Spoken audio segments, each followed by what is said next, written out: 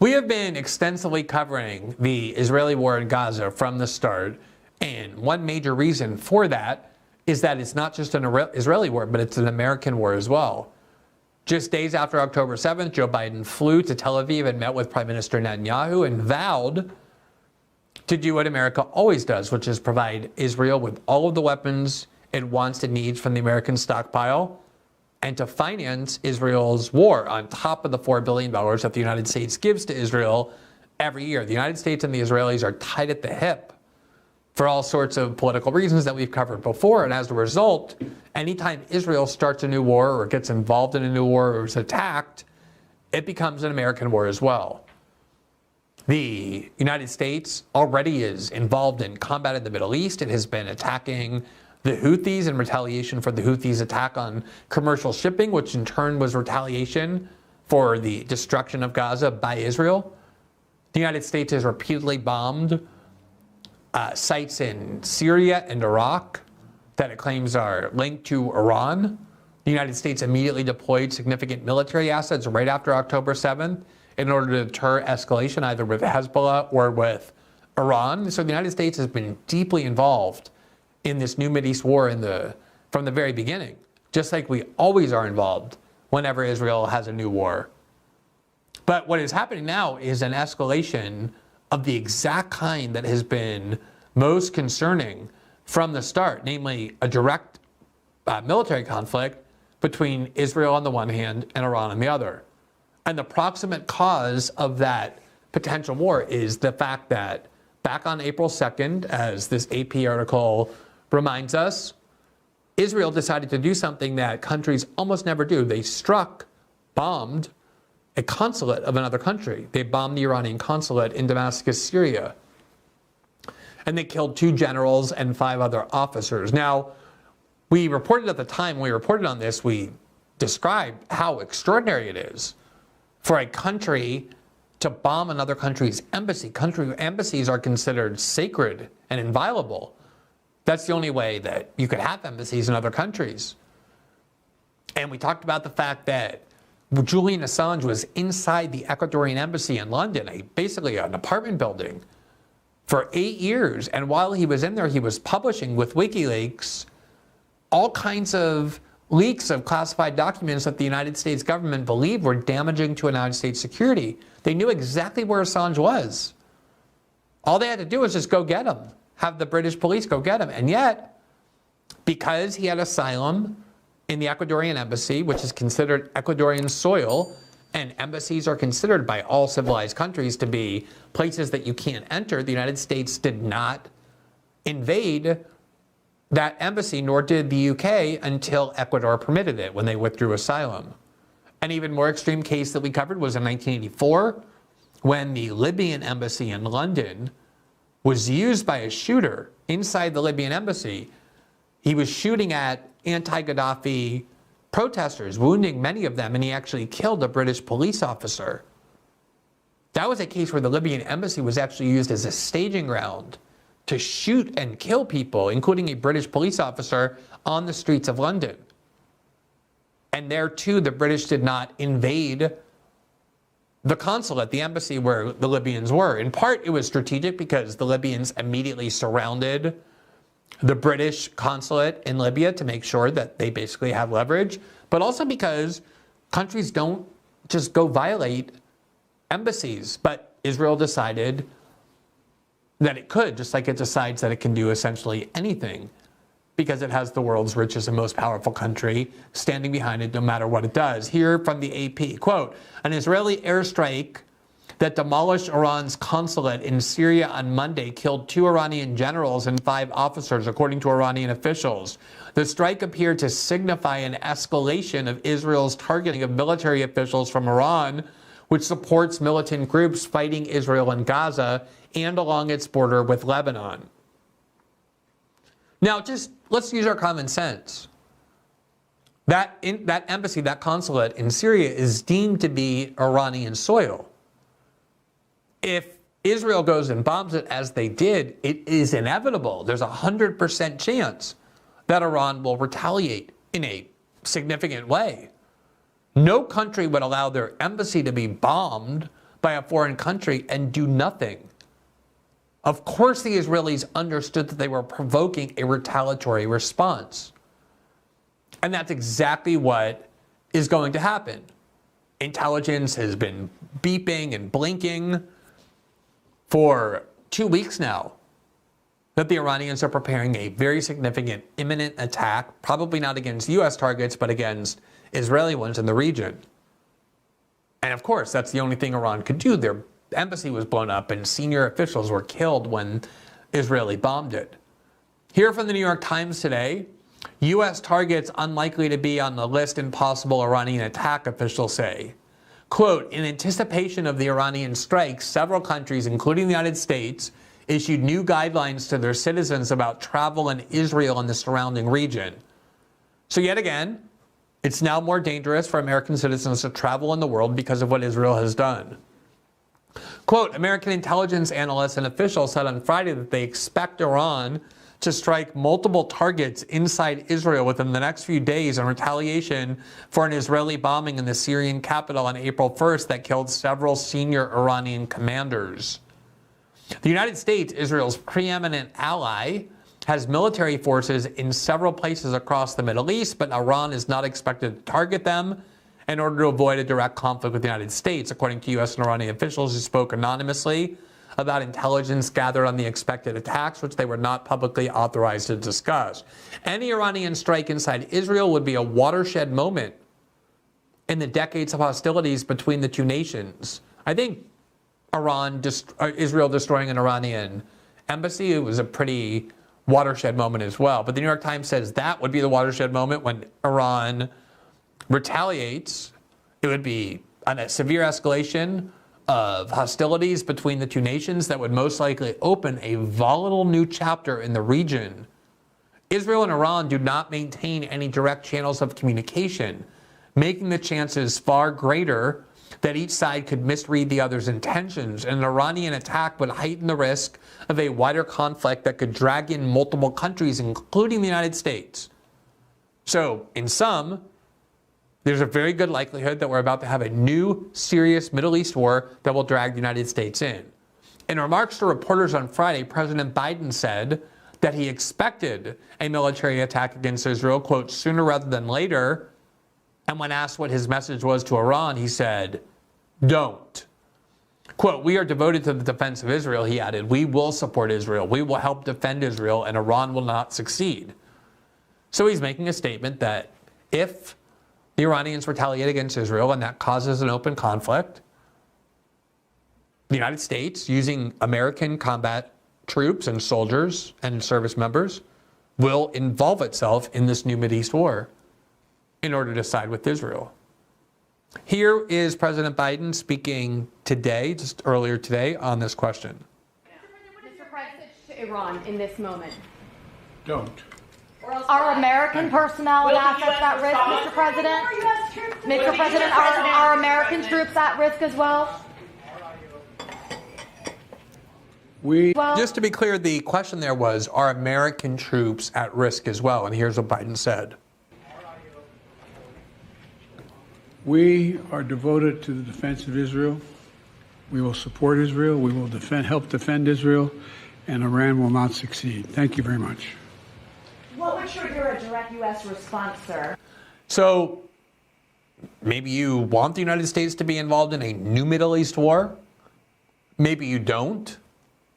But clearly the string of events here is that the Israelis knew they were doing something that would almost require, that not almost would require, that would require a serious act of retaliation militarily by Iran. No country could tolerate having their embassy deliberately blown up and do nothing.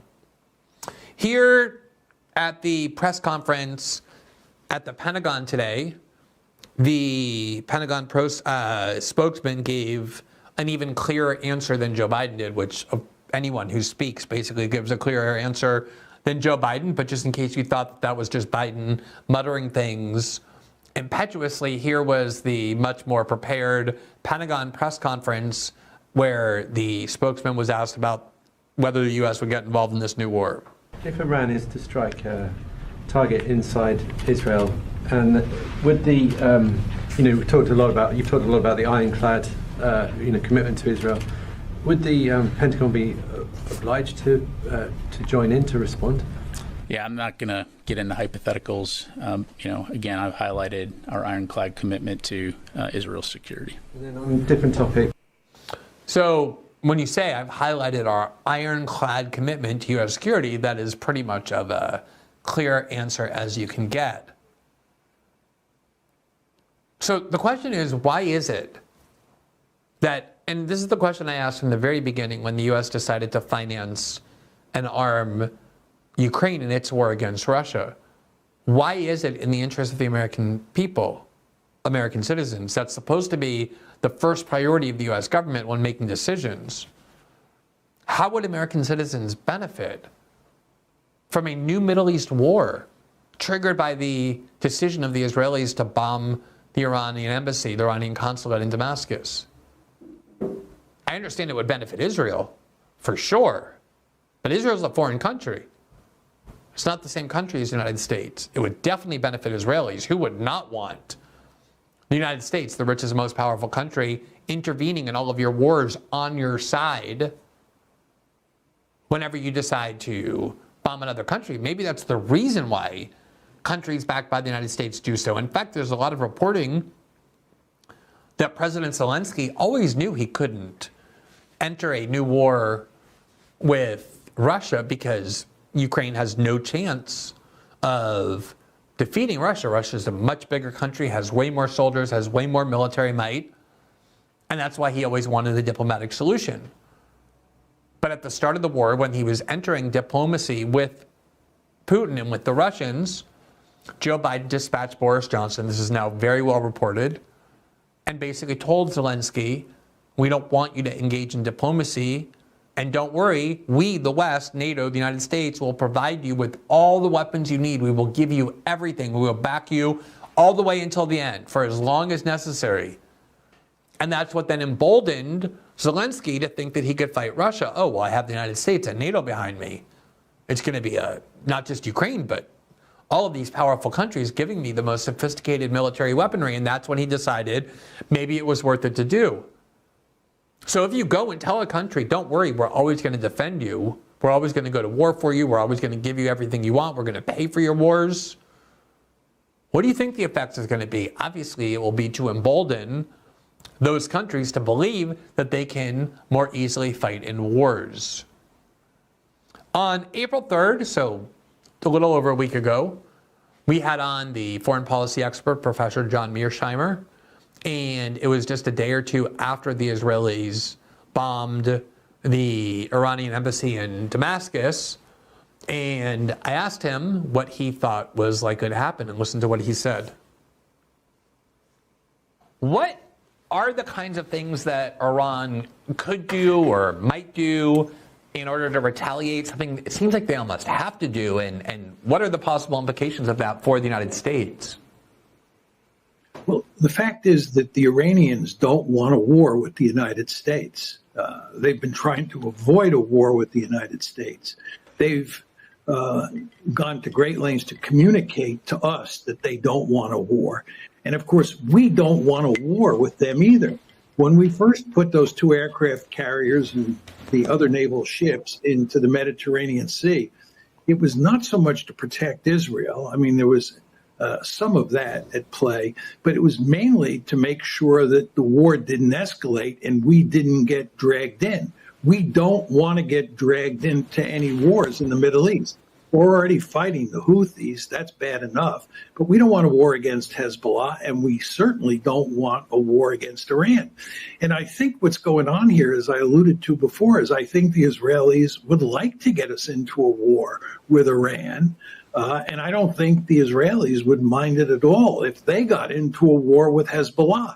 And in fact, in the early months of the war, there was lots of evidence, at least in the newspapers, that the United States was telling the Israelis that they could not start a war with Hezbollah because there was evidence the Israelis actually wanted to go to war with Hezbollah.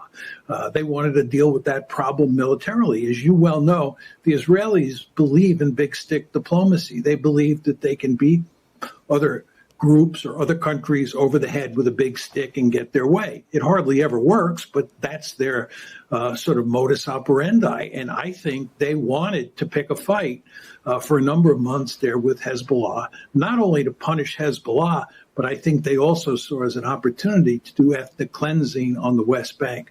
I think the Israeli view deep down is that the bigger the war is, the greater the opportunity for ethnic cleansing, not just in Gaza, but in the West Bank as well. And as you know, that's their ultimate objective, to cleanse the Palestinians out of both of those two pieces of real estate.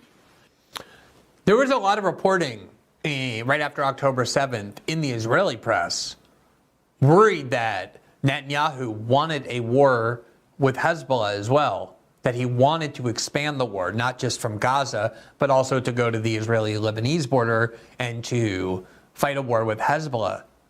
And in fact, the forces of Hezbollah and the IDF have been exchanging low-level munitions and gunfire and missiles occasionally over the last 6 months, but it has not escalated into a major war, in part because, as Professor Mearsheimer said, Iran actually wants to avoid a war. One of the things that I think is so important to realize is that when you're an American citizen and you spend most of your time listening to American media, it's so easy to become convinced that all these countries are pure evil and we're just pure good and we and our allies are innocent victims. The evil Russians invaded poor little Ukraine with no provocation from the West, from the United States of any kind. It was just Putin overnight turned into a Hitler and decided he wanted to go conquer countries. And then we, of course, have the similar narrative about China, even though China has not fought a war since 1979, while the United States has fought more than you can count since then. And then you have Iran as well, that doesn't actually go around invading other countries. It has militias in Iraq and Syria and Lebanon in its neighborhood. All places the United States has forces as well. The difference is Iran is actually invited by the government of Syria to be there, whereas the Americans aren't. But in general, Iran does not go around seeking wars. But I know that's kind of shocking to hear because no, actually, we're supposed to believe that it's not Israel and the United States being antagonistic and aggressive and militaristic in the United States, it's Iran. And so often you hear people saying, we need to end this posture of endless wars. We have to stop going to wars for foreign interests. The only wars we should fight are when countries are actually attacking our own country and threatening our homeland and our borders.